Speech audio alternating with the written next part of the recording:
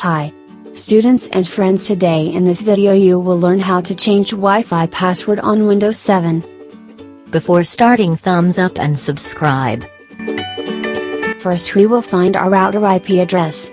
First of all, press window button and R at same time, type CMD. And click OK. Then type IP. CONFIG. Press enter.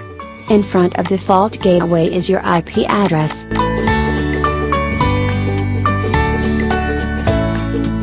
Open any browser and type IP address.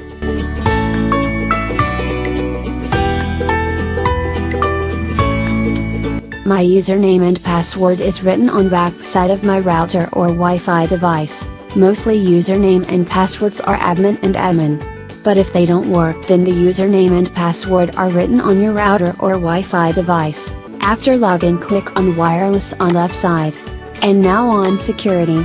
Now you need to find a line which is. Click here to display. Behind these black small circles are your Wi-Fi password. Like me, you can edit it, and after editing must click on apply and save. Now Wi-Fi it disconnected because password is changed.